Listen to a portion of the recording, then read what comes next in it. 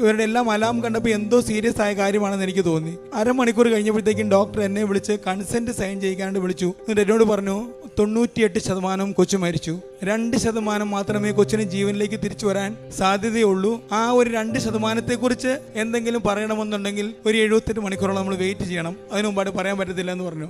അപ്പം അവിടെയുള്ളൊരു നേഴ്സ് എൻ്റെ അടുത്ത് വന്നു. ഞാൻ ഇതിനു മുൻപ് ശരിക്കും പറഞ്ഞാൽ കൃപാസന പത്രം പലപ്പോഴും എനിക്ക് കിട്ടിയെങ്കിലും ഒരിക്കൽ പോലും തുറന്നു വായിച്ചിട്ടോ വിശ്വസിച്ചിട്ടോ ഇല്ലായിരുന്നു. അവർ നേഴ്സ് എൻ്റെ അടുത്ത് വന്നിട്ട് പറഞ്ഞു, മാത്യു, എനിക്ക് നിന്നെ അറിയാം, അതുകൊണ്ട് ഞാൻ നിന്റെ അടുത്ത് പറയുകയാണ്, എൻ്റെ അടുത്ത് കൃപാസനത്തിൽ നിന്ന് കൊണ്ടുവന്ന ഉപ്പുണ്ട്, ആ ഉപ്പ് ഞാൻ ഇച്ചിരി കലക്കി കൊച്ചിന് കൊടുത്തോട്ടെ എന്ന് ചോദിച്ചു. ഈ കൃപാസനത്തിൽ ഉപ്പ് കലക്കി കൊച്ചിന് കൊടുത്തു. കൊച്ചിന് അതുവരെ കൊച്ചിന്റെ റെസ്പിറേഷൻ എല്ലാം കുറഞ്ഞുകൊണ്ടിരിക്കുന്നു, ഓക്സിജൻ റേറ്റ് കുറഞ്ഞുകൊണ്ടിരിക്കുന്നു, ഓർഗൻ ഫെയിലിയർ ആയിക്കൊണ്ടിരിക്കുന്നു, കൊച്ച് റെസ്പോണ്ട് ചെയ്യുന്നില്ല എന്ന് പറഞ്ഞ കൊച്ച് ഡോക്ടർ ഒരു 5 മിനിറ്റ് കഴിഞ്ഞ് വന്നപ്പോൾ എൻ്റെ അടുത്ത് കൊണ്ട് പറഞ്ഞു, wait, there is some more hope. എന്തൊക്കെയോ പ്രതീക്ഷകൾ വരുന്നുണ്ട്, കൊച്ചു ചെറുതായിട്ട് റെസ്പോണ്ട് ചെയ്ത് തുടങ്ങിയെന്ന് പറയുന്നു. പിന്നീട് അങ്ങോട്ട് കൊച്ചിന്റെ അവസ്ഥ മോശമാകുന്നത് നിന്നു. പിന്നീട് അങ്ങോട്ട് കൊച്ചിന്റെ അവസ്ഥ നന്നായി തുടങ്ങി. 11 ദിവസവും വെന്റിലേറ്ററിലായിരുന്നു. ഡോക്ടേഴ്സിന് അന്നും ഇന്നും മനസ്സിലായിട്ടില്ല എന്തും മെഡിസിൻ ആണ് കൊടുത്തത്. ഡോക്ടേഴ്സ് ഞങ്ങളുടെ അടുത്ത് വന്നിട്ട് ഒത്തിരി പ്രാവശ്യം ചോദിച്ചു, നിങ്ങൾ കൊച്ചിന് എന്തും മെഡിസിൻ ആണ് കൊടുത്തത്? കാരണം ഡോക്ടേഴ്സ് ഓൾമോസ്റ്റ് 8ഓളം ആന്റിബയോട്ടിക്, അതിലധികം മെഡിസിൻസ് എല്ലാം കൊച്ചിന് കൊടുത്തോണ്ടിരിക്കുകയായിരുന്നു. പക്ഷെ ഈ ഒരു മെഡിസിൻസ് റെസ്പോണ്ട് ചെയ്യാതിരിക്കുമ്പോഴാണ് ഞങ്ങൾ ഈ കൃപാസനത്തിലെ ഉപ്പ് കലക്കി വെള്ളം കൊടുത്ത്